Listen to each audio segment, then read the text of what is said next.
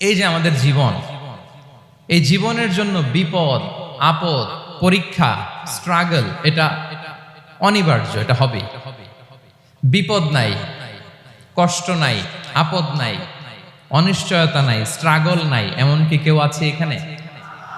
কেউ কি হাত তুলে বলতে পারবেন যে হুজুর আমার জীবনে কোনো বিপদ নাই, অথবা আমার জীবনে কোনো দুঃখ নাই, কষ্ট নাই, কোনো স্ট্রাগল নাই, কোনো রিস্ক নাই? এরকম সৌভাগ্যবান কেউ আছেন এখানে? তাহলে জীবনের জন্য পরীক্ষা এটা অনস্বীকার্য, হবেই হবে পরীক্ষা। পৃথিবীর জীবনটাই এমন, এভাবেই এই লাইফকে ডিজাইন করা হয়েছে। পরীক্ষা থাকবে, এখানে বিপদ থাকবে, এগুলো উত্তীর্ণ হয়ে আপনাকে যেতে হবে। চির সুখ চির শান্তি এটাই পৃথিবীতে হয় না। চির সুখ এবং চির শান্তির জায়গা হচ্ছে জান্নাত। চির সুখ এবং চির শান্তি কোথায়? এটা জান্নাতের বৈশিষ্ট্য। চির সুখ চির শান্তি, টেনশন নাই, ঝামেলা নাই, পরীক্ষা নাই, বিপদ নাই, রিস্ক নাই, স্ট্রাগল নাই। এটা হচ্ছে দ্য ফিচার্স অফ জান্নাত, জান্নাতের ফিচার। কিন্তু সমস্যা বাদে তখন যখন জান্নাতের ফিচার আমরা দুনিয়ায় খুঁজি। যেটা পাবো আমরা জান্নাতে, এটা খুঁজি কোথায়? এই তখনই সমস্যা বাদে। And this is the main problem. এটাই বড় সমস্যা। এই সমস্যার সমাধান কোথায়, এটা নিয়ে আজকে আমি কিছু কথা অ্যাড্রেস করবো ইনশাআল্লাহ। তো তাহলে আসুন শুনি জান্নাতের ফিচার কি। জান্নাতের কমন একটা ফিচার হচ্ছে জান্নাতে there will be no sickness in paradise। জান্নাতে কোনো অসুস্থতা থাকবে না, চিরসুস্থ। সুবহানাল্লাহ পড়েন। চিরসুস্থ চির সবল, কেউ অসুস্থ হবে না জান্নাতে। জান্নাত হবে অ্যান্টি এইজিং, জান্নাতে বয়স বাড়বে না কারো, চিরযৌবনা, চিরযুবক, অ্যান্টি এজিং। আপনারা জানেন যে বর্তমান পৃথিবীতে অ্যান্টি এজিং ক্রিম পাওয়া যায় না? ক্রিম, কথা বুঝতেছেন? অ্যান্টি এজিং ক্রিম পাওয়া যায়। তারা বলে এই ক্রিম মাখলে চামড়ায় ভাঁজ পড়ে না। এটার দাম আছে কিন্তু অনেক। অ্যান্টি এজিং ক্রিম লাগায়, শ্যাম্পু ইউজ করে, অ্যান্টি এজিং অয়েল আছে, এটা দিলে নাকি চামড়ায় ভাঁজ পড়ে না। ইভেন ভারতের অনেক বড় একজন ব্যবসায়ী মুকেশ আম্বানি, নাম শুনছেন না? যে তার ছেলের বিয়ে হয়ে গেল। তো এই মুকেশ আম্বানির স্ত্রী নীতা আম্বানি, সে কিছুদিন আগে এক বটল গোল্ড ওয়াটার খেয়েছে, gold water, and its cost $60,000। $60,000 দাম এক বোতল গোল্ড ওয়াটারের। কেন? ফর অ্যান্টি এজিং, যাতে বয়সের ছাপ গালে না থাকে। এখন বলেন এভাবে কি আমাদের বয়সকে ধরে রাখা সম্ভব এই পৃথিবীতে? সম্ভব না, কারণ এই ফিচারটা দুনিয়ার ফিচার না, এটা জান্নাতের ফিচার। সুবহানাল্লাহ পড়েন। তাহলে জান্নাতে কেউ অসুস্থ হবে না। জান্নাত হবে চির যৌবন, চির যৌবনা। ওখানে আমরা যুবক থাকবো, প্রত্যেকে 33 বছরের যুবক যুবতী হয়ে জান্নাতে ঢুকবো। বিষ্ণু ইসলাম বলেন আহলুল জান্নাতি জুরদা ওয়া মুরদা ওয়া আবনাউ সালাসিন ওয়া সালাসিন। জান্নাতে যারা যাবে শুভ্র দাড়িবিহীন, প্রত্যেকে হবে 33 বছর বয়সের। ওই যে 33 বছর বয়সে একবার ঢুকলেন আর বয়স বাড়বে না, ওইটাই চিরকাল ওই বয়স পাবেন। জান্নাতের আরেকটা ফিচার হচ্ছে নো ফ্রাস্ট্রেশন, কোনো চিন্তা নাই, দুশ্চিন্তা নাই, হাইপার টেনশন নাই, সজীব প্রাণবন্ত। সুবহানাল্লাহ। জান্নাতের আরেকটা ফিচার হচ্ছে there is no expiry date in জান্নাত। এক্সপায়ারি ডেট আছে?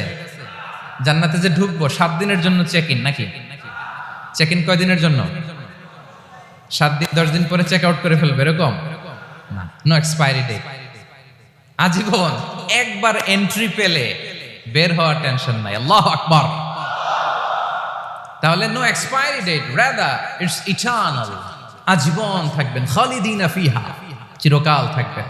এবং জান্নাতের সবচাইতে গুরুত্বপূর্ণ ফিচার হচ্ছে there will be no death in জান্নাত। জান্নাতে আপনার আর মৃত্যু হবে না, মৃত্যুর বিদায় হবে। তার মানে আপনি অমর হবেন।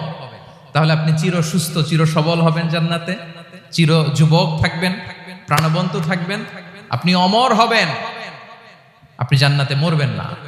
জান্নাতীরা যখন জান্নাতে যাবে ফেরেশতারা ডেকে বলবে ইয়া আহলাল জান্নাতি ইন্না লাকুম আন তাসিহু ফালা তাসকামু আবাদা। জান্নাতীরা চিরকাল সুস্থ থাকবা, অসুস্থ হবা না। ইন্না লাকুম আন তাশিব্বু ফালা তাহরামু আবাদা, তোমরা শাবাব থাকবা, বুড়া হবা না। ওয়া ইন্না লাকুম আন তাহইয়াউ ফালা তামুতু আবাদা, চিরকাল বেঁচে থাকবা, মরবা না। এবং সেদিন জান্নাতে মৃত্যু দেয়া হবে, মৃত্যু দেয়া হবে। ইউতাল মাউতু বিকাবশিন আমলাহ, একটা ছাগলের আকৃতিতে মৃত্যুকে আনা হবে। ফায়ুযবাহুল মাউত, মৃত্যুকে জবাই দেয়া হবে। এবার জান্নাতীরা তাকিয়ে থাকবে, ফেরেশতারা বলবে ইয়া আহলাল জান্নাতি খুলুদুন ফালা মাউত, হে জান্নাতীরা চিরকাল এই জান্নাতে থাকবে। তাহলে জান্নাতের ফিচার পাইছেন? এখন কোন বোকা যদি এই ফিচার দুনিয়ায় খোঁজে পাবে? পাবে না, কারণ দুনিয়ার ফিচার আলাদা। দুনিয়ার ফিচার কি? এই দুনিয়াতে বিপদ আসবে, কষ্ট আছে দুনিয়াতে, হতাশা আছে, ভয় আছে, অসুস্থতা আছে, বার্ধক্য আছে, এবং এই দুনিয়ার একটা এক্সপায়ারি ডেট আছে, আছে না? দ্য ডে ইউ ডাই, যেদিন আপনি মারা যাবেন, এটা আপনার এক্সপায়ারি ডেট, চলে যেতে হবে, চলে যেতে হবে। এই পৃথিবীতে মৃত্যুর অস্তিত্ব আছে, সবকিছু থমকে দিয়ে, আপনাকে চমকে দিয়ে মৃত্যু চলে আসবে, ঠিক কিনা বলেন? তাহলে এগুলো হচ্ছে দুনিয়ার ফিচার। এই দুনিয়াতে বিপদ আপদ, কষ্ট, ঝুঁকি, স্ট্রাগল, বার্ধক্য, অসুস্থতা, এগুলো নিয়ে আমাদেরকে টিকে থাকতে হয়। এটা দুনিয়ার ফিচার, মিলায় ফেললে হবে না। জান্নাতের ফিচার একটা, দুনিয়ার ফিচার আরেকটা। দুনিয়াতে কষ্ট থাকবে, বিপদ আপদ থাকবে। এই দুনিয়ার ফিচারটা আল্লাহ তাআলা কোরআনের একটা আয়াতে খুব চমৎকার ভাবে উল্লেখ করেছেন, সেটা দিয়েই আমি আলোচনা শুরু করেছি। আল্লাহ তাআলা ইরশাদ করছেন, ওয়ালা নাবলুওয়ান্নাকুম বিশাইইম মিনাল খাউফি ওয়াল জুই ওয়া নাকসিম মিনাল আমওয়ালি ওয়াল আনফুসি ওয়াস সামারাত ওয়া বাশশিরিস সাবিরিন। আল্লাহ তাআলা বলছেন, অবশ্যই আমি তোমাদেরকে পরীক্ষা করব, ভয় দিয়ে, ক্ষুধা দিয়ে, সম্পদের ঘাটতি দিয়ে, আতঙ্ক দিয়ে, প্রাণনাশ দিয়ে, ফল ফসলের হানি দিয়ে পরীক্ষা করব। কিন্তু এই পরীক্ষায় যারা উত্তীর্ণ হবে, যারা সবর ইখতিয়ার করবে, ওয়াবাশশিরিস সাবিরিন, ধৈর্যশীলদের জন্যই হচ্ছে সুসংবাদ। আলহামদুলিল্লাহ পড়ে।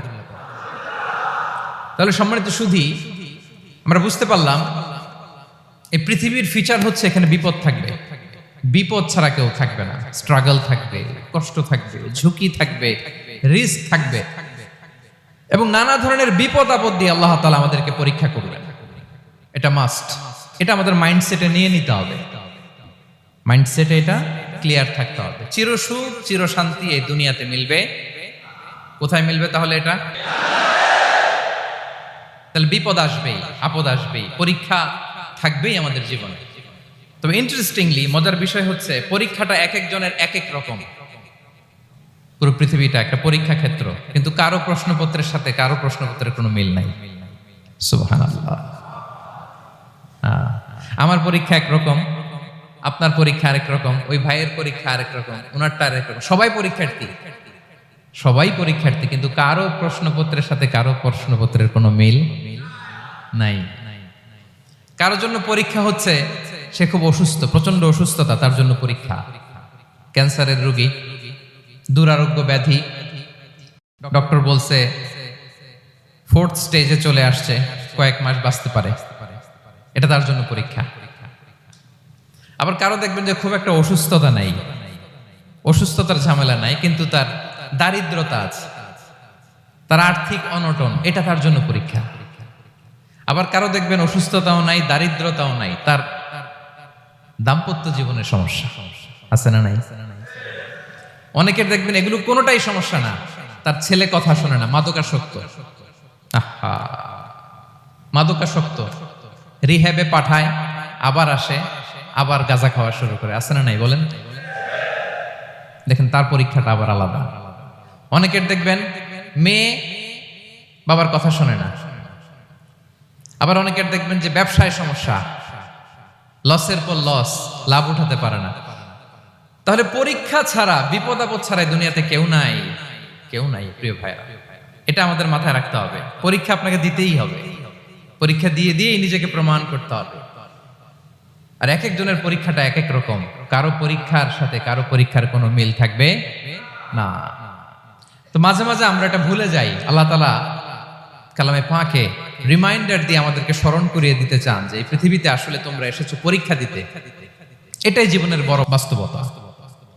আমাদের জীবনে যত হতাশা, আমাদের জীবন নিয়ে যত অভিযোগ, আমাদের মনে যত কষ্ট, আমাদের হৃদয়ের ভেতরে যত অস্থিরতা, তার মূলে হচ্ছে এই সমস্যা যে আমরা ভুলেই গেছি আমরা পরীক্ষা দিতে আসছি। এটা যদি ভুলে না যান, এটা যদি আপনার মাইন্ডসেটে থাকে যে পুরো জীবনটা একটা পরীক্ষা, তাহলে দেখবেন কোনো কিছু আপনাকে কাবু করতে পারবে না। আপনি হতাশ হবেন না, জীবন নিয়ে আর অভিযোগ থাকবে না, আপনি ভেঙে পড়বেন না, সব অভিযোগ হতাশা দূর হয়ে যাবে। তারপর বুঝতে পারলাম পরীক্ষা আপনাকে দিতেই হবে। পরীক্ষা দেয়া ছাড়া এই পৃথিবী থেকে চলে যাওয়ার কোনো চান্স বা সুযোগ আমাদের কারো নেই। সূরাতুল আনকাবুতে আল্লাহ তাআলা এই কথাটা আরো চমৎকার ভাবে বলেছেন। আল্লাহ তাআলা ইরশাদ করছেন, আহাসিবান নাসু আইয়ুতরাকু আইয়াকুলু আমান্না ওয়া হুম লা ইফতানুন ওয়ালাকাদ ফাতান্নাল্লাযীনা মিন ক্বাবলিহিম ফালা ইয়া'লামান্নাল্লাহুল্লাযীনা সাদাকু ওয়ালা ইয়া'লামান্নাল কাযিবিন। আল্লাহ বলেন, মানুষ কি ভেবেছে সে শুধু বলবে আমি ঈমানদার আর তাকে আমি জান্নাতে ঢুকাই দিব? না, কখনো না, কোশ্চিন কালেও না। বরং পূর্ববর্তীকালে যারা পৃথিবীতে এসেছিল তাদেরকে আমি পরীক্ষা নিয়েছি, পরীক্ষা করেছি, এবং তাকেও ঈমানের প্রশ্নে সে সত্যবাদী না মিথ্যাবাদী পরীক্ষা দিয়ে দিয়ে নিজেকে প্রমাণ করতে হবে। ঠিক কিনা বলেন? পরীক্ষা দিয়ে আপনাকে প্রমাণ করতে হবে। এবং এই পরীক্ষার ব্যাপারটা, এটা যে শুধু আমরা সাধারণ মানুষ আমাদের জীবনে দুঃখ বিপদ পরীক্ষা এমনটা না। এই পৃথিবীর সবচাইতে শ্রেষ্ঠ মানুষ যারা ছিলেন তাদেরকে আল্লাহ পরীক্ষা নিয়েছেন। বলেন তো এই পৃথিবীতে সবচাইতে শ্রেষ্ঠতম মানুষ কারা? সবচাইতে শ্রেষ্ঠ ভালো মানুষ কারা ছিল পৃথিবীতে? বলেন তো নবীরা। আওয়াজ করে বলেন তো কারা? তো বলেন তো নবীদের জীবনে পরীক্ষা ছিল কি ছিল না? হ্যাঁ ছিল। বেশি না কম? বিষ্ণু ইসলামকে জিজ্ঞাসা করা হলো, আইয়ুন নাসি আশাদ্দু বালাআন ইয়া রাসূলুল্লাহ, হে আল্লাহর রাসূল এই পৃথিবীতে কাদের জীবনে পরীক্ষা বেশি? বিষ্ণু ইসলাম বললেন, আল আম্বিয়া, নবীদের জীবনে। আল আম্বিয়া সুম্মাল আমসাল ফাল আমসাল, সবচাইতে জীবনে পরীক্ষার সম্মুখীন সবচাইতে বেশি হয়েছেন নবীরা। তারপরে নবীদের পরবর্তী অবস্থান যাদের, সিদ্দিকিন যারা, সোহাদা যারা, সলিহিন যারা, আল্লাহওয়ালা যারা, তাদের জীবনে পরীক্ষা বেশি। ইউবতালার রাজুলু আলা হাসাবি দীনি, ব্যক্তির দিনদারি যত বেশি তার জীবনে আল্লাহর পরীক্ষাও তত বেশি। আপনি আল্লাহওয়ালা হবেন, আপনার জীবনে পরীক্ষাও অনেক বেশি। এজন্য ইমানদার হওয়া যেমনি মর্যাদার, ইমানদারের জীবনে পরীক্ষাও হবে অনেক বেশি। এবং পরীক্ষা যত বড়, খেয়াল রাখতে হবে, মন খারাপ করার কোনো সুযোগ নেই। পরীক্ষা যার জীবনে যত বড়, সেটাতে সফল হতে পারলে ওটার প্রতিদানও বড়। পরীক্ষা যত বড়, এটাতে সাকসেস হইতে পারলে এটার রিওয়ার্ডও তত বড়। বিষ্ণু ইসলাম বলেন, ইযামুল জাযাই মাআ ইযামিল বালা, বালা যত বড় জাযাও তত বড়, প্রতিদানও তত বড়। আপনারা নবীদের জীবনে যদি খেয়াল করেন, দেখবেন যেই নবীর জীবনে পরীক্ষা যত বেশি, সেই নবীর জীবনে সফলতাও তত বেশি। সাইয়েদনা ইব্রাহিম আলাইহিস সালামের কথাটা একটু খেয়াল করেন তো, বলেন তো ওনার জীবনে পরীক্ষা কেমন ছিল? বেশি না কম? ওনার জীবনের পরীক্ষা থেকেই তো আমরা এই শব্দটা ব্যবহার করি। আমরা বলি অগ্নি পরীক্ষা। কি বলি? মানে আগুনে নিক্ষেপ করা হয়েছে সাইয়েদনা ইব্রাহিম আলাইহিস সালামকে, তাও স্বাভাবিকভাবে না, উলঙ্গ করে, ন্যাকেট করে ওনাকে অপমানিত করবার জন্য ওনার গায়ের জামা কাপড় খুলে উলঙ্গ অবস্থায় আল্লাহর খলিল সাইয়েদনা ইব্রাহিম আলাইহিস সালামকে অগ্নিকুণ্ডে নিক্ষেপ করা হয়েছিল। এরকম এক্সপেরিয়েন্স এই অডিটোরিয়ামের ভেতরে আমাদের কখনো হয়েছে? তাইলে সাধারণ মানুষের জীবনের পরীক্ষা আর নবীদের জীবনের পরীক্ষার মধ্যে পার্থক্য আছে না নাই? ওই পরীক্ষায় উনি পাশ করে ফেললেন। ৮৬ বছর পর্যন্ত আল্লাহর কাছে দোয়া করলেন, আল্লাহ আমাকে একটা নেককার সন্তান দাও। আল্লাহ সন্তান দেয় না। ৮৬ বছর পরে আল্লাহ তাআলা সাইয়েদনা ইব্রাহিম আলাইহিস সালাম এবং হাজারের ঘরকে উজালা করে সন্তান দিলেন। সাইয়েদনা ইসমাঈল আলাইহিস সালাম পৃথিবীতে আসলেন কত বছর বয়সে? ৮৬ বছর বয়সের এখানে কেউ আছেন? হ্যাঁ, আছি আমরা? কেউ নাই। ৮৬ বছর বয়সে প্রথম সন্তান পেয়েছে। তাদের ঘরকে উজালা করে আল্লাহর নবী সাইয়েদনা ইসমাঈল আলাইহিস সালাম আসলেন। এবার আল্লাহ বললেন, যাও, স্ত্রীকে আর এই কলিজার টুকরা সন্তানকে থাকো তো প্যালেস্টাইনে, প্যালেস্টাইন থেকে ১,৫০০ কিলোমিটার দূর, দ্য ব্যারেন ল্যান্ড, ওই মক্কার ধুধুমরু প্রান্তরে রেখে আসো, যেখানে কেউ নাই, মানুষ নাই, গাছ নাই, পাখি নাই, পানি নাই, যাও রেখে আসো। আচ্ছা বলেন তো, ৮৬ বছর পরে যে লোকটা সন্তান পেল, বুঝে শুনে উত্তর দিয়েন, ৮৬ বছর পরে যে লোকটাকে আল্লাহ তাআলা সন্তান দিল, তার হৃদয়ে ওই সন্তানের জন্য মায়া বেশি না কম? আহা, এমনি তো আমাদের প্রথম সন্তানের হিস্ট্রিটা একটু খেয়াল করেন তো। প্রথম আমাদের যে মেয়ে হয়েছিল বা যাদের ছেলে হয়েছিল, তার প্রতি আদর, সোহাগ, দরদ, ভালোবাসা, আল্লাহ কত ছিল। আর ৮৬ বছর বয়স আল্লাহ তাআলা ওনাকে সন্তান দিলেন, দিয়ে বললেন, যাও হাজারকে আর ইসমাঈলকে মক্কার ধুধুমরু প্রান্তরে রেখে আস। আল্লাহ তাআলা বলতে দেরি, চলে যেতে দেরি নাই, মুহূর্তে উনি রওনা হয়ে গেলেন। সুবহানাল্লাহ পড়বেন না? রেখে আসলেন মক্কার ধুধুমরু প্রান্তরে। এবার আল্লাহ বললেন, যাও, রিটার্ন ব্যাক টু প্যালেস্টাইন, প্যালেস্টাইনে চলে যাও। চলে গেলেন, হৃদয়টা ভেঙে খান খান। অনেক বছর পরে আল্লাহ তাআলা আবার অনুমতি দিলেন, যাও এবার ছেলেকে দেখে আসতে পারো, যাও প্যালেস্টাইন থেকে আবার মক্কায় যাও।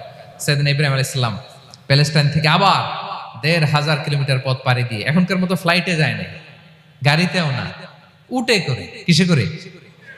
উনি যে কতবার মক্কা থেকে ফিলিস্তিন এসেছেন আর গিয়েছেন, কোনো ইয়ত্তা নাই, হিসাব নাই। গেলেন, এবার ছেলেটা হাঁটতে পারে, দৌড়াতে পারে, একটু একটু কথা বলতে পারে, আব্বু আব্বু ডাকতে পারে। কেমন মায়া লাগে বলেন তো? মায়া ভালোবাসায় যখন টইটম্বুর, ঠিক ওই মুহূর্তে আল্লাহ বললেন, ছেলেকে জবাই করো, জবাই করো ছেলেকে। আল্লাহ তাআলা বলতে দেরি করেছেন, আল্লাহর আদেশ পালনে ১ সেকেন্ডও তিনি দেরি করেন নাই। ছুরি চালালেন, জান্নাত থেকে দুম্বা নিয়ে আসা হলো। এভাবে আল্লাহর নবী ইব্রাহিম আলাইহিস সালাম ওনার জীবনের প্রতিটি ক্ষেত্রে যেখানে আল্লাহ তাআলা ওনাকে পরীক্ষা নিয়েছেন, উত্তীর্ণ হয়েছেন। এবং দেখেন ওনাকে আল্লাহ তাআলা কি উপহার দিলেন, আল্লাহ তাআলা ওনাকে খলিলুল্লাহ উপাধি দিলেন, আল্লাহর বন্ধু। সুবহানাল্লাহ বলেন। আল্লাহ তাআলা বলছেন, ওয়া ইযিবতালা ইব্রাহিম রাব্বুহু বিকালিমাতিন ফাআতাম্মাহুন ক্বালা ইন্নী জাঈলুকা লিন-নাসি ইমামা। আল্লাহ অনেকগুলো পরীক্ষা নিয়েছিলেন সাইয়েদনা ইব্রাহিম আলাইহিস সালাম, প্রতিটা পরীক্ষায় সাকসেসফুলি পাস করেছেন, গোল্ডেন এ প্লাস। আল্লাহ বলেন, ইন্নী জাঈলুকা লিন-নাসি ইমামা, I'm gonna make you the leader for the entire human being. I'm gonna appoint you as a leader for the entire universe. গোটা বিশ্বের জন্য, গোটা মানবতার জন্য আমি তোমাকে লিডার বানায় দিলাম। ইযামুল জাযাই মা'a ইযামিল বালা। পরীক্ষা যত বড়, ওই পরীক্ষায় পাশ করলে ওইটার ফলাফল ও প্রতিদানও বড়। তাহলে দেখেন প্রিয় ভাইরা, সাইয়েদনা ইব্রাহিম আলাইহিস সালামের জীবনে পরীক্ষার কোনো শেষ ছিল না। আমি আপনি কোথায়? আল্লাহর খলিলের জীবনে যদি এত পরীক্ষা থাকতে পারে, আমি আপনি কোথায় বলেন তো? এবার বলেন, সাইয়েদনা মূসা আলাইহিস সালাম, ওনার জীবনে তো কোনো পরীক্ষার ছিল না। হ্যাঁ, গুণে শেষ করতে পারবেন? জন্মটাই তো হয়েছে পরীক্ষার মধ্য দিয়ে। মিশরের ছেলে সন্তান হইলে ফেরাউন বলছে জবাই করো, ওনার মা এরকম সিন্ধুকে করে ভাসায় দিলেন নীল নদীতে। আল্লাহু আকবার! কি একটা রোমাঞ্চকর পরিস্থিতির মধ্য দিয়ে আল্লাহ তাআলা ওনাকে বাঁচালেন। সুবহানাল্লাহ। জন্মই হয়েছে পরীক্ষার মধ্যে দিয়ে। বড় হইলেন, ফেরাউনের ভয়ে দেশ ত্যাগ করলেন, মিশর থেকে মাদিয়ান। আবার আল্লাহর আদেশে যখন ফিরে আসলেন, আবার ফেরাউনের সাথে তর্ক বিতর্ক, যুদ্ধ। একটা রাত আল্লাহ নবী মূসা আলাইহিস সালাম শান্তিমতো মিশরে ঘুমাতে পারে নাই। একটা রাত। শেষ পর্যন্ত এই ফেরাউন মূসা আলাইহিস সালামকে ধাওয়া করেছে। ফেরাউনের ধ্বংসের আগ পর্যন্ত সে মূসা আলাইহিস সালামকে ধাওয়া করেছে। তার মানে মূসা আলাইহিস সালাম এই বিপদ আপদ পরীক্ষা এগুলো থেকে মুক্তি পান নাই। এবার বলেন ঈসা আলাইহিস সালামের কথা, ওনার জীবনে তার পরীক্ষা ছিল না? কি পরীক্ষা ছিল? হ্যাঁ, আল্লাহু আকবার। Same scenario goes to the biography of every messenger in the world. পৃথিবীর সব নবীর ক্ষেত্রে একই ঘটনা ঘটেছে। সাইয়েদনা ঈসা আলাইহিস সালাম দাওয়াত যখন দিলেন, ওনার বিরোধিতা শুরু হলো, ওনাকে হত্যার ষড়যন্ত্র হলো। ইভেন কি ওনাকে মারার জন্য বনি ইসরায়েলেরা উদ্ধত হলো, জানে বাঁচবার জন্য পালালেন, এক ঘরে ঢুকলেন, চারদিক দিয়ে ঘেরাও করলো। উনি দরজা জানালা লাগাই দিলেন। ওরা বললো একজন দরজা ভেঙে জানালা ভেঙে ভিতরে ঢুকে দেখো বেটা ঈসা কি করে। একজন ভিতরে ঢুকছে, ঢুকার সাথে সাথে বল রাফাআহুল্লাহু ইলাইহি, আল্লাহ তাআলা ঈসা আলাইহিস সালামকে উপরে উঠায় নিলেন। আর যেই লোকটাকে তারা ভেতরে ঢুকালো তার চেহারাকে আল্লাহ তাআলা ঈসা আলাইহিস সালামের চেহারার মতো করে দিলেন। এবার তার বাইরের সাথীরা বলে ঘটনা কি, বেটা ঈসাও বেরোয় না, আমাদের লোকটাও বেরোয় না, সবাই ঢুক। দরজা ভেঙে ভেতরে ঢুকে দেখে ঈসা দাঁড়ায় আছে। সে বলেন তো এটা ঈসা না মিসা? এটা কি আসল ঈসা? ওমা কতালু ওমা সলাবু ওয়ালাকিন শুব্বিহা লাহুম। আল্লাহ বলে তোমরা আমার নবী ঈসাকে হত্যাও করতে পারো নাই, শুলেও চড়াতে পারো নাই, আমি সেফটি সিকিউরিটি দিয়ে আমার নবী ঈসা আলাইহিস সালামকে আকাশে তুলে নিয়েছি। তাহলে ওনার জীবনও পরীক্ষার শেষ ছিল না। এবার যদি আমরা বিশ্বনবী সাল্লাল্লাহু আলাইহি ওয়াসাল্লামের জীবনের দিকে তাকাই, ওনার জীবনটা দেখেন তো। আমাদের পেয়ারা নবী বিশ্বনবী মুহাম্মদুর রাসূলুল্লাহ সাল্লাল্লাহু আলাইহি ওয়াসাল্লাম, ওনার জীবনে কি স্ট্রাগল ছিল? স্ট্রাগল। মাক্কি জীবনের কথা যদি একটু খেয়াল করেন দেখেন তো, 3 বছর শিয়াবে আবি তালেবে জেল খেটেছেন, না খেয়েছিলেন। ওনার বংশের লোকেরা প্রথমে ছাগল খেয়েছে, ছাগলগুলো যখন শেষ, ছাগলের চামড়াগুলো শুকিয়ে ওইটা খাইছে।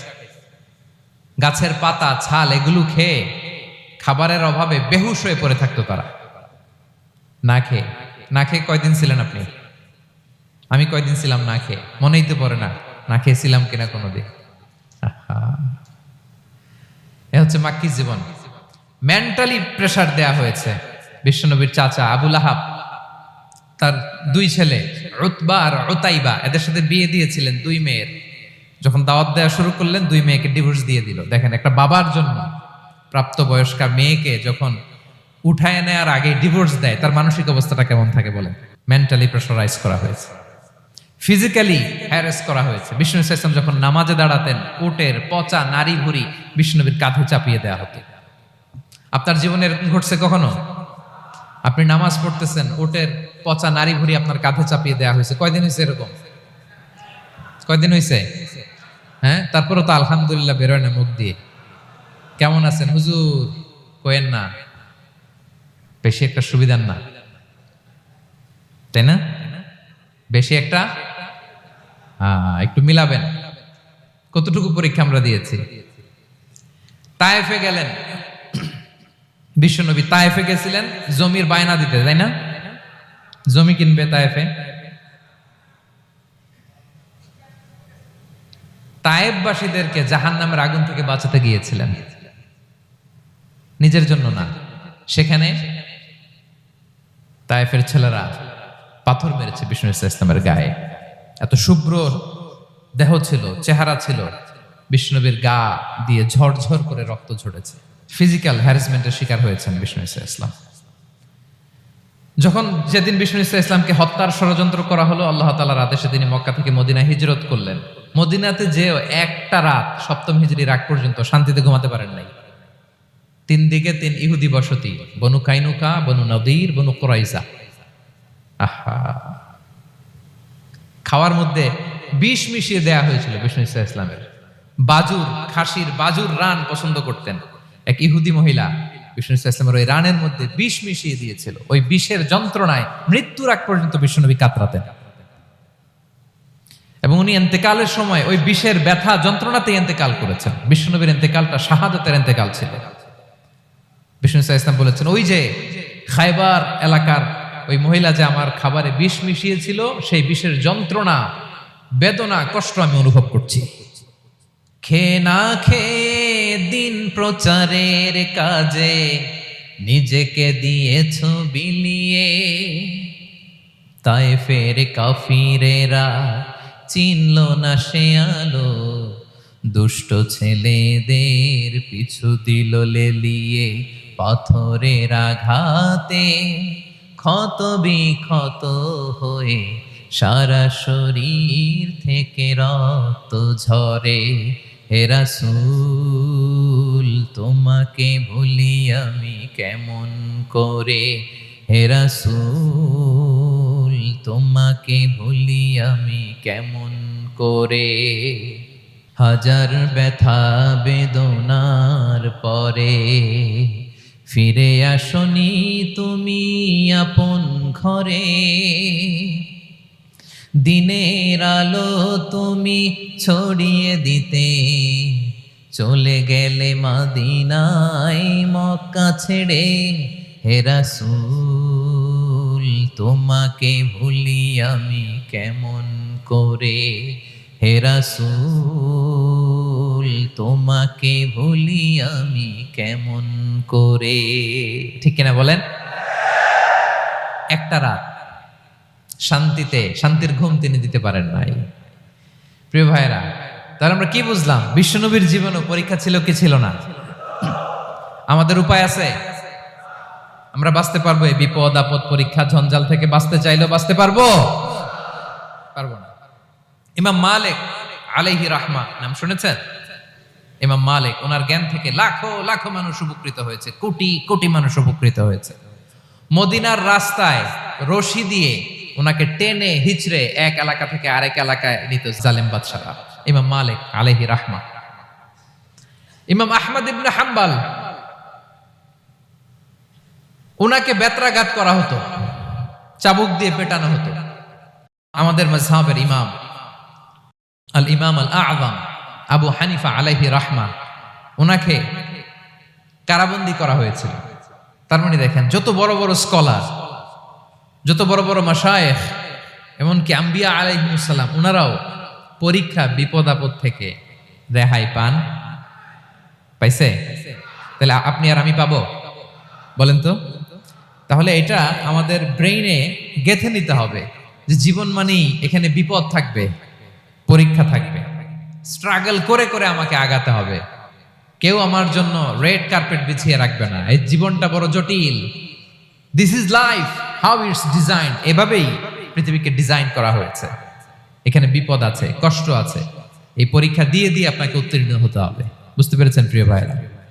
নাও দ্য কোশ্চেন আরাইজেস, এখন প্রশ্ন হচ্ছে কেন আল্লাহ এই পরীক্ষা নেন? কেন?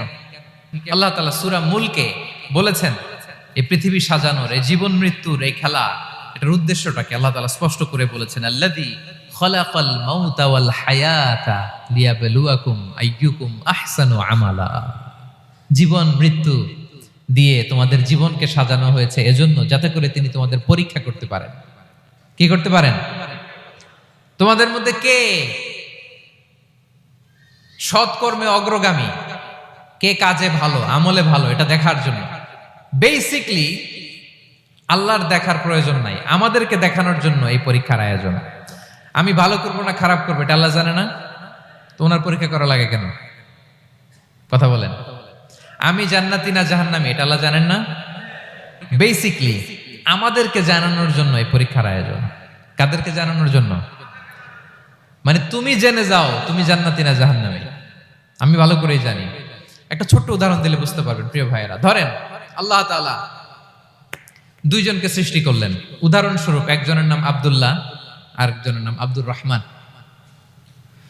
সৃষ্টির পরে আব্দুল্লাহকে বললেন, আব্দুল্লাহ আমি জানি তুমি পৃথিবীতে 50 বছর হায়াত পাইতা, খুব ভালো কাজ করতে, তুমি দুনিয়াতে অনেক ভালো কাজ করতে, এটা আমি আগেই জানি, আমার অসীম জ্ঞান বলে আমি আগে থেকেই জানি।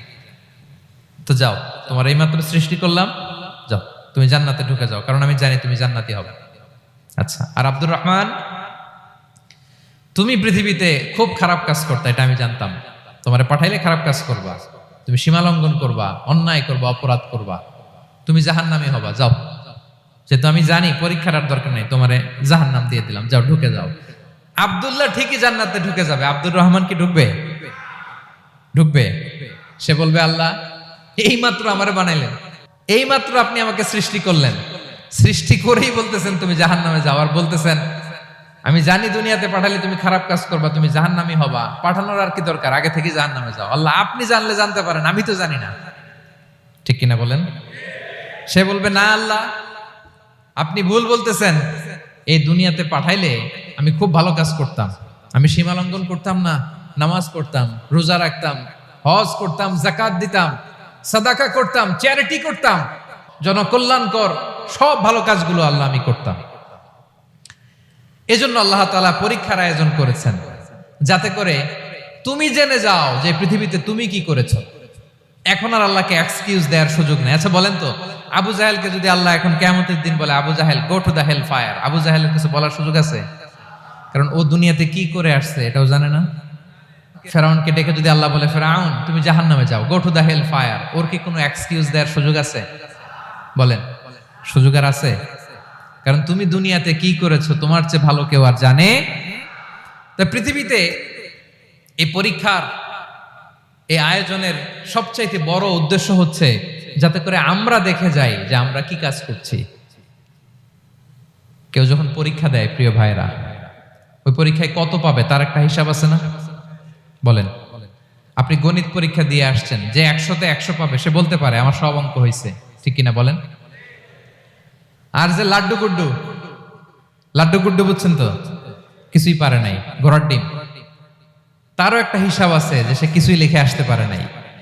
তাই পৃথিবীতে এই পরীক্ষার আয়োজনের প্রধানতম কারণ হচ্ছে যাতে করে আমরা বুঝে যেতে পারি যে আমরা কোথায় যাব, জান্নাতে না জাহান্নামে।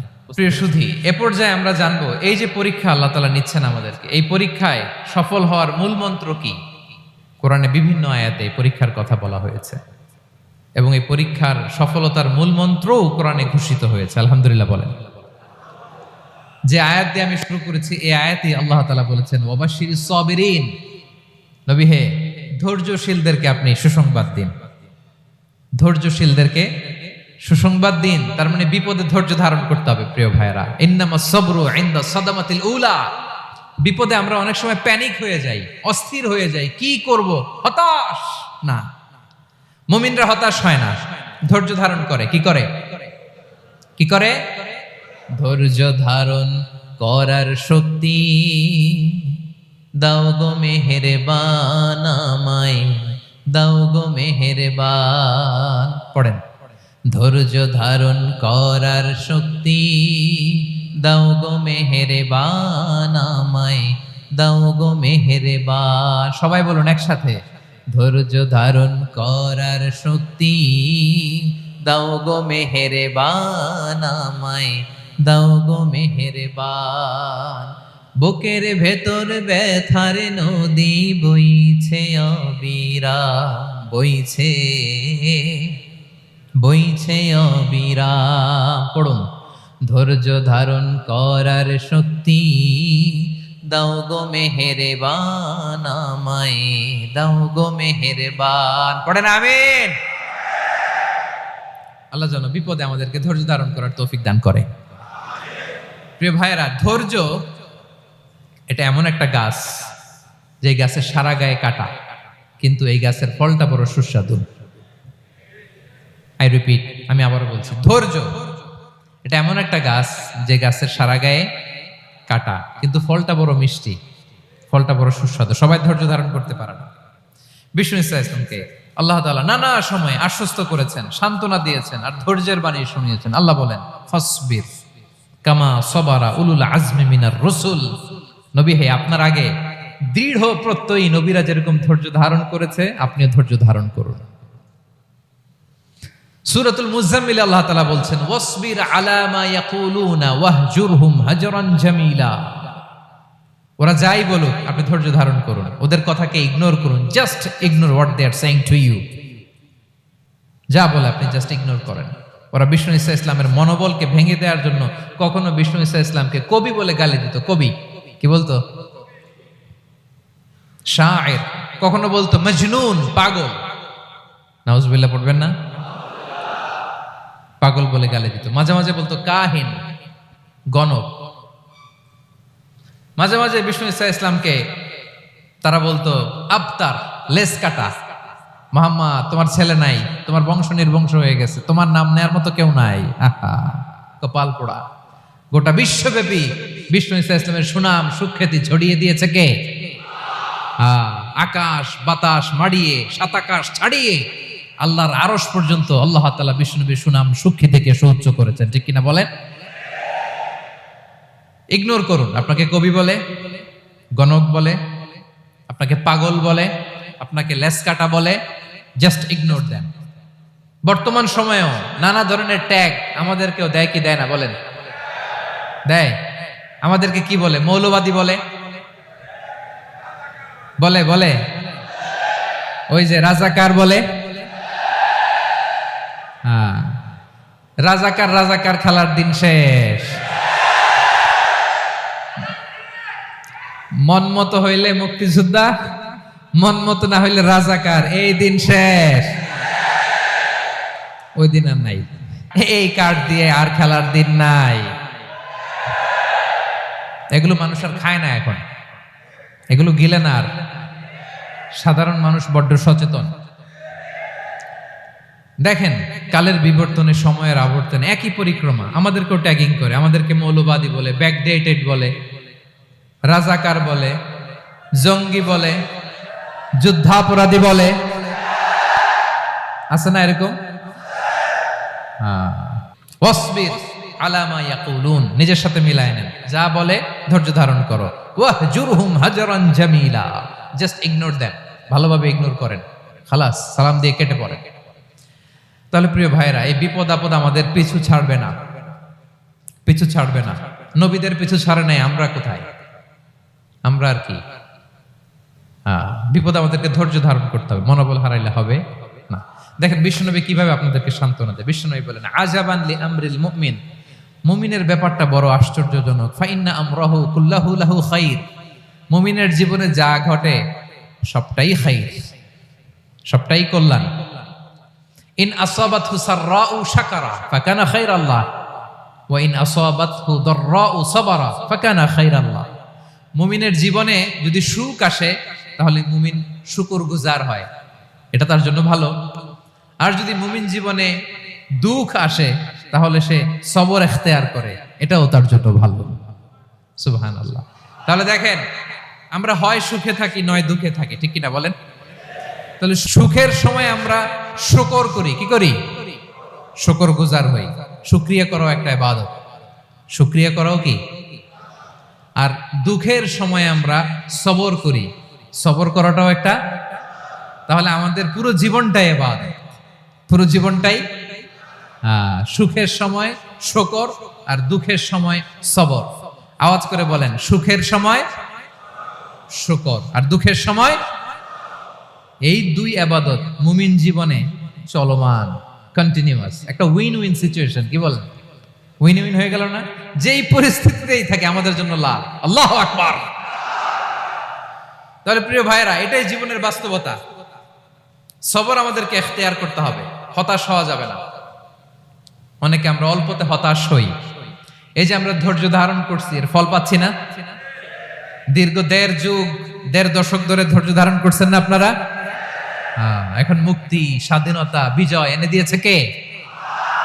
ধৈর্য ধারণ করুন। ধৈর্যের যে ফলাফল, এটা বড় মিষ্টি। ধৈর্য এমন একটা গাছ, এই গাছের সারা গায়ে কাটা, কিন্তু এর ফলটা বড় সুস্বাদু, এর ফলটা বড় মিষ্টি। ধৈর্য ধারণ করার অভ্যাস করতে হবে প্রিয় ভাইরা। মুমিন হতাশ হয় না, হাল ছেড়ে দেয় না। মুমিন ভরসা রাখে একজনের উপর, তিনি কে? লা তাইআসু মির রাউহিল্লাহ ইন্নাহু লা ইয়াইআসু মির রাউহিল্লাহি ইল্লাল কওমুল কাফিরুন। আল্লাহর রহ থেকে, রহম থেকে নিরাশ হয়ে যাও না।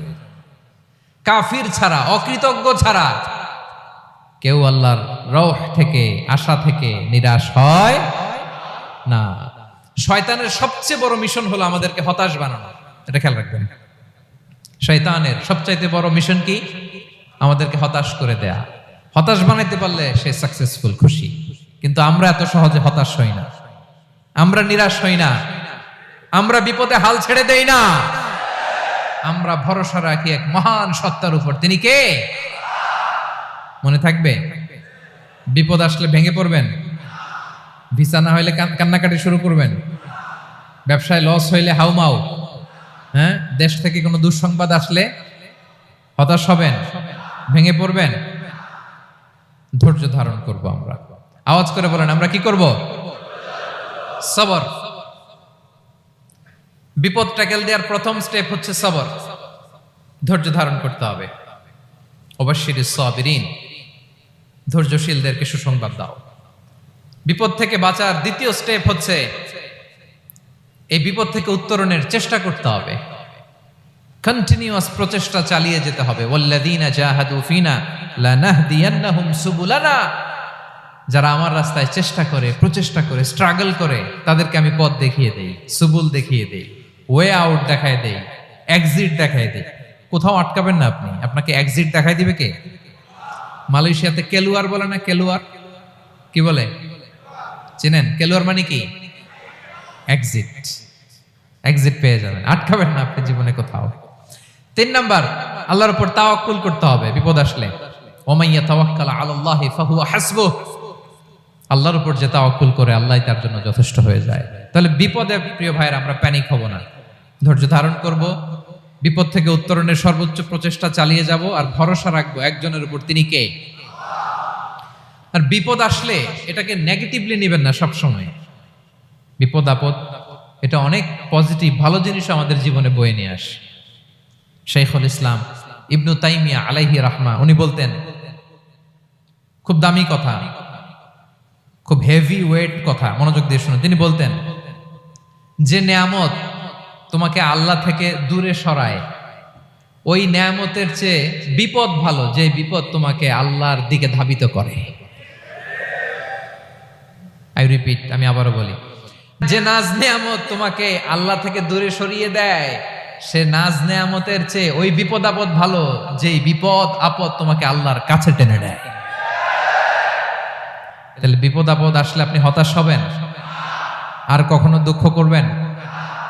মোয়ারের ভাইয়েরা, আর মন খারাপ করবেন? আপনি খেয়াল করে দেখেন, বিপদ আসলে আমরা আল্লাহরে ডাকি বেশি। যখন অসুস্থ আপনি খেয়াল করেন তো, আল্লাহ আল্লাহ তুমি ছাড়া বাঁচানোর কেউ নাই, আল্লাহ আল্লাহ তুমি হেফাজত করো, আল্লাহ তুমি সুস্থ করে দাও।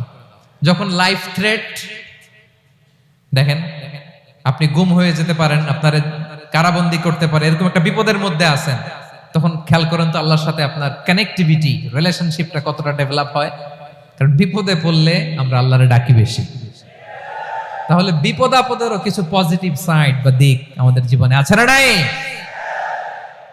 অনেক পজিটিভ দিক আছে, কয়েকটা শেয়ার করি। 1 নাম্বার,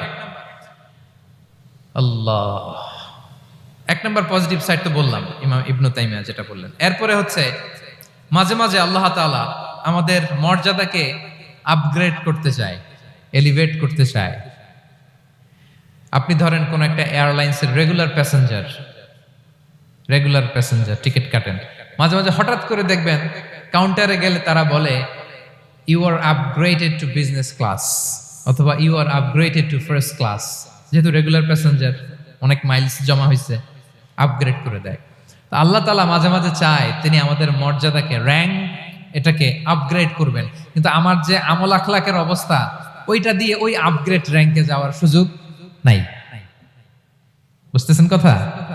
আল্লাহ চায় আমার লেভেল একটু আপ করতে, কিন্তু আমার আমলের যে অবস্থা, এতে আমি ওখানে যাই না। তখন আল্লাহ কিছু বিপদ আপদ দিয়ে, পরীক্ষা দিয়ে বান্দাকে টেস্ট করে। ওই পরীক্ষায় যদি উত্তীর্ণ হন, সাথে সাথে আল্লাহ তাআলা আপনার লেভেল বা র্যাঙ্ক আপগ্রেড করে দেয়। সুবহানাল্লাহ পড়বেন না? তাহলে লাভ না লস? আওয়াজ করে বলেন, লাভ না লস? মুমিন জীবনের সব লাভ। যত বিপদ আপদ আপনাকে স্পর্শ করে, প্রতিটাতেই আপনার জন্য কল্যাণ। বিষ্ণু ইসলাম বলেন, মা ইউসিবুল মুসলিমা মিন নাসাবিন ওয়ালা ওয়াসাবিন ওয়ালা হাম্মিন ওয়ালা হুজনিন ওয়ালা আযান ওয়ালা গাম্মিন হাত্তা শাওকাতি ইউশাকুহা ইল্লা কাফারাল্লাহু বিহা খাতায়া। আপনার জীবনে যত দুঃখ, যত যন্ত্রণা, যত টেনশন, যত অ্যাংজাইটি, যত ইনজুরি, এমনকি গোলাপ ফুল পাড়তে যে ওখানে যে কাটা বাঁধছে, বরই খেতে যে বরই গাছে ওঠার পর যে একটা কাটা বিঁধছে আপনার হাতে, এর কারণে আল্লাহ তাআলা আপনার গুনাহ মাফ করে দেয়। সুবহানাল্লাহ। তাহলে বিপদ আপদ দিয়ে আল্লাহ বান্দার মর্যাদাকে আপগ্রেড করে। বিপদ আপদে ফেলে আল্লাহ তাআলা বান্দার পাপ মোচন করে। বিপদ আপদ দিয়ে আল্লাহ তাআলা বান্দার শাস্তি মওকুফ করে। এমন পাপ করছেন, এটার জন্য শাস্তি বরাদ্দ হয়ে গেছে, কিন্তু আল্লাহ তাআলা ওই শাস্তি থেকে মাঝে মাঝে আপনাকে বাঁচাতে চায়, তখন কিছু বিপদ দিয়ে বান্দারে পরীক্ষা করে। উত্তীর্ণ হলেই আল্লাহ তাআলা ওই শাস্তিকে মওকুফ করে দেয়। তাহলে আসুন সামারি করি, পুরো আলোচনাটার সামারি করি। 1 নম্বর সামারি হচ্ছে বিপদ আপদ, পরীক্ষা, স্ট্রাগল, কষ্ট, এটা সুন্নাতুল্লাহি ফিদ দুনিয়া, এই দুনিয়ায় আল্লাহর সুন্নাত, এর বাইরে কেউ যেতে পারে না, ইভেন নট দ্য মেসেঞ্জার্স, নবীরাও না। আজকের আলোচনায় শুনছেন না নবীদের জীবন দিয়ে কি গেছে, ups and downs, test and trial, নবীরাও না। তাহলে এটা আমাদের মাইন্ডসেটের সাথে সেট আপ করে নিতে হবে যে অতীতে, বর্তমানে, ভবিষ্যতে বিপদ আপদ মুক্ত এই পৃথিবীতে কেউ থাকবে না। পারবেন? হ্যাঁ, এটা মাইন্ডসেটে নিয়ে নিতে হবে যে এটাই জীবন, বিপদ আপদ দিয়ে আল্লাহ পরীক্ষা করবেন। এটাই পৃথিবী, চির সুখ চির শান্তি এই পৃথিবীতে খুঁজলেই পাওয়া যায় না। শুরুতে বলছিলাম না, চির সুখ চির শান্তি। বলেন তো এটা কি দুনিয়ার ফিচার না জান্নাতের ফিচার? জান্নাতের ফিচার দুনিয়ায় খুঁজলে পাওয়া যাবে? যাবে না। তাহলে আজকের আলোচনার 1 নাম্বার লেসন হচ্ছে বিপদ আপদ এটা সুন্নাতুল্লাহি ফিদ দুনিয়া, এই দুনিয়া আল্লাহর সুন্নাত, এটা থেকে মুক্তি পাওয়ার কোনো সুযোগ নাই, নবীরাও পায় নাই। 2 নাম্বার লেসন, বাঁচার যেহেতু সুযোগ নাই, we have to face it with patience, intellect and tawakkul. বিপদে অস্থির হওয়া যাবে না, এটাকে ফেস করতে হবে উইথ পেশেন্স, ধৈর্যের সাথে। বিপদ আমরা মোকাবেলা করব কিসের সাথে? ধৈর্য। প্যানিক হবেন না, অস্থির হবেন না, ধৈর্য ধারণ করবেন। উইথ ইন্টেলেক্ট, আল্লাহর দেয়া আপনার ইন্টেলেক্ট খাটিয়ে এই বিপদ উত্তরণের সর্বান্তকরণের চেষ্টা প্রচেষ্টা আপনার চালায় যেতে হবে। আর সবশেষে আত-তাওয়াক্কুল আলাল্লাহ, ডিপেন্ডিং অন আল্লাহ, ভরসা করব কার উপর? আল্লাহর উপর। পারা যাবে তো? আচ্ছা, 2টা লেসন গেল। 3 নাম্বার লেসন হচ্ছে আমাদের ছেলে মেয়েদেরকে we have to educate our child regarding the test and trial in this দুনিয়া। দুনিয়ার এই বিপদ আপদের ব্যাপারে আমাদের ছেলে মেয়েদেরকে শেখাতে হবে, বুঝাতে হবে। ওরা ছোট মানুষ তো, অস্থির হয়ে যায়, আব্বু আমার সাথে কেন এমন হয়, আমারই শুধু পেন্সিল চুরি হয়, আমারই শুধু এটা হয়, আমি পরীক্ষায় খারাপ করি, আমি ব্যথা পাই, আমার এই আমার সেই। ছোট মানুষ তো বুঝে না, ওরা বুঝাইতে হবে যে বাবা, this is the essence of life, এটাই জীবন, এটাই কি এই লাইফ হ্যাকস গুলো তাদেরকে শেখাইতে হবে। ডোন্ট বি প্যানিক, প্যানিক হওয়া যাবে না। This is how life is design, এটাই জীবন, বিপদ আপদ আসবে, এটাকে মেনে নিতে হবে, ছেলে মেয়েদেরকে শিখাইতে হবে, তাহলে তারাও প্যানিক হবে না। পারবেন তো ইনশাআল্লাহ? আচ্ছা, 4 নাম্বার লেসন হচ্ছে যেটা আমরা জানলাম, এই বিপদ আপদ সবসময় আমাদের জন্য খারাপ না। সামটাইমস ইট ব্রিংস খায়ের for us if dealt properly. ঠিক মতো বিপদকে ডিল করতে পারলে এটা আসলে আমার জন্য আখেরে কল্যাণই বয়ে নিয়ে আসে। কি বলেন, তাই না? কল্যাণ বয়ে নিয়ে আসে। সব শেষ কথা হলো আমরা যেন এই বিপদগুলোকে প্রপারলি ডিল করতে পারি, আমরা যেন সবর ইখতিয়ার করতে পারি। আল্লাহর কাছে চাইতে হবে, দোয়া করতে হবে, কারণ তৌফিক দেওয়ার মালিক কে? আল্লাহর কাছে যেন আমরা কায়মনোবাক্যে প্রার্থনা করতে পারি, আল্লাহ এই বিপদকে যেন আমরা ডিল করতে পারি উইথ সাবর, উইথ ইন্টেলেক্ট, উইথ তাওয়াক্কুল। আসল হাতিয়ার হচ্ছে এটা, দোয়া। আল্লাহর কাছে চাইবেন, মনোযোগের সাথে চাইবেন, আন্তরিকতার সাথে চাইবেন। উদউল্লাহ ওয়া আনতুম মুকিনুনা বিল ইজাবা। বিষ্ণু বলেন এমন ভাবে চাও যেন তুমি অনেকটা কনফার্ম যে তোমার দোয়া আল্লাহ কবুল করবেনই, এমন ভাবে চাও। অনেকে রোবোটিক দোয়া করে। রোবোটিক দোয়া মানে দোয়ার মধ্যে প্রাণ নাই, ধ্যান নাই, মন নাই, আগ্রহ নাই, ভালোবাসা নাই, ওই দোয়া আল্লাহ কবুল করে না। মনোযোগ দিয়ে চাইতে হবে চাওয়ার মতো, তাহলে আল্লাহ তাআলার পক্ষ থেকে তৌফিক পাওয়া যাবে। পারা যাবে তো ইনশাআল্লাহ? আল্লাহ তাআলা আমাদের সবাইকে বিপদে আপদে ধৈর্য ধারণ করার তৌফিক দান করুক।